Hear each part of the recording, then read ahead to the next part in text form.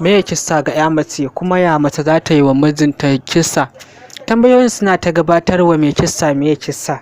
To yau zan muku bayani ne akan kissa. To abin da ake nufi da kissa da harshe a Hausa, a taƙaice duk wani hanya da mace za ta bi domin janyo hankalin masoyanta, to soyayyar ta shi ake nufi da kissa. Gaba ɗaya rayuwar mace ya kamata ya kasance ne cikin kissa, musamman lokacin da aka ce ta yi aure tana gidan mijinta ne da zama. Kama daga tafiya, hira, cin abinci, dariya, murmushi da kwanciyar jima'i ya kamata mace ki yi su ne cikin kissa har da kisisina gaba ɗaya na rayuwar aure. Wannan shi ne yake sa namiji ya kasa rayuwa ba da ita ba. Wannan yake sa duniya ta dinga cewa mace ta mallake mijinta. Kissa yake sawa da zarar namiji ya kusanci mace ba mai iya masa kissa ba, sai ya ɗauka tamkar yana tare da mutumi ne. Sai dai da dama mata suna iya ƙoƙarinsu ne akan wannan kissar da na ambata a baya, matuƙar ƙoƙari, amma kuma akwai wata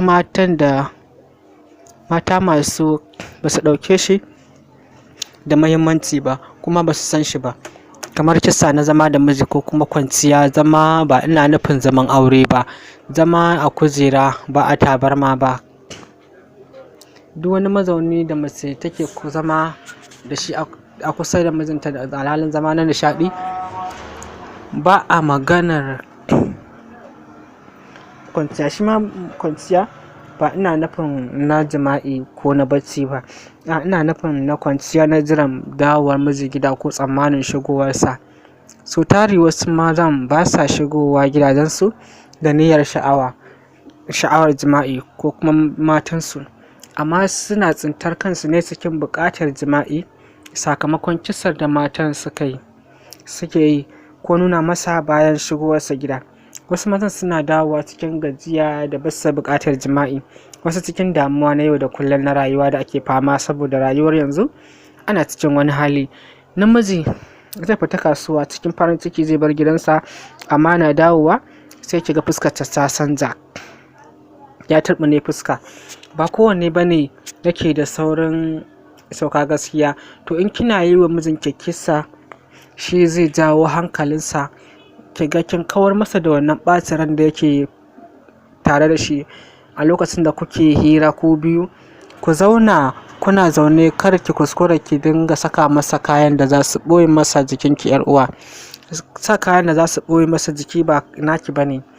Ɗaurin ƙirji kuma a wannan lokacin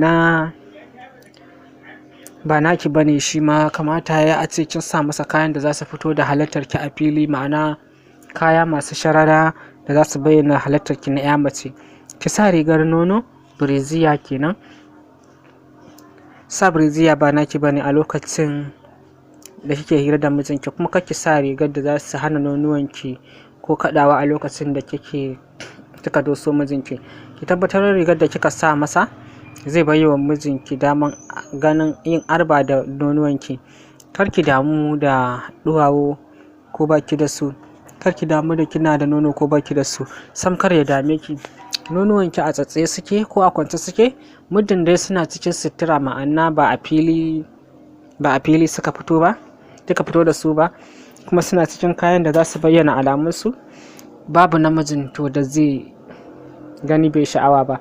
Abin ban sha'awa ne shine ko dai a hakan ne ya auro ki ko kuma a hannunsa kika canza, don akwai matan da za a gansu kwata-kwata nonon ma ba su da shi. A wajen namiji yake ga da zarar an yi aure nonon ta ya canza, ya fara wannan, to kar ya dame ki wannan. Jikinki ki yi amfani da abin da kike da shi, in ma baki da shi, in ma kina da shi, ki yi abin da kike da shi yanda ya dace, kuma ki kintsa su yanda za su ja hankalin mai gidanki. Ki tabbatar a lokacin da kike zaune da mijinki, kayan da kika sa ba su rufe miki cinyoyi duka ba.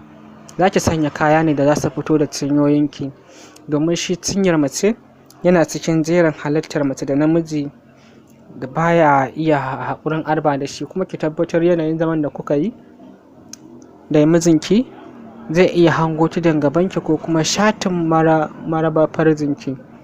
Idan kika ɗan buɗe ƙafafunki ko kuma kika duka domin ɗauko wani abu a gabansa, ko da kwa da gangan kika yi da wannan abin. A taƙaice dai a wannan yanayin kar ki zamo tsirara tamɓar, kuma kar ya zamo kina sanye da tufafin da za su ɓoye jikinki ko ya rufe miki jikinki gam. Bincike ya bayyana cewa maza ba su cika kamuwa da jima'i ba in suka ga mace tumbur. Sun fi tashi ne da buƙata in sun gan shi rabin tsirara. To don haka ki dinga yi saboda ki sha hankalin mijinki.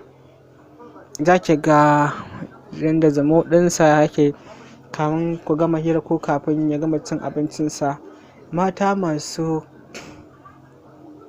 Mata sirara su ma ba a bar su a baya ba. Akwai yanayin da za su shawo kan mazajen nasu. Wasu matan zuwa suke yi su shiga bargo ko su samu wani mayafi su rufe jikinsu.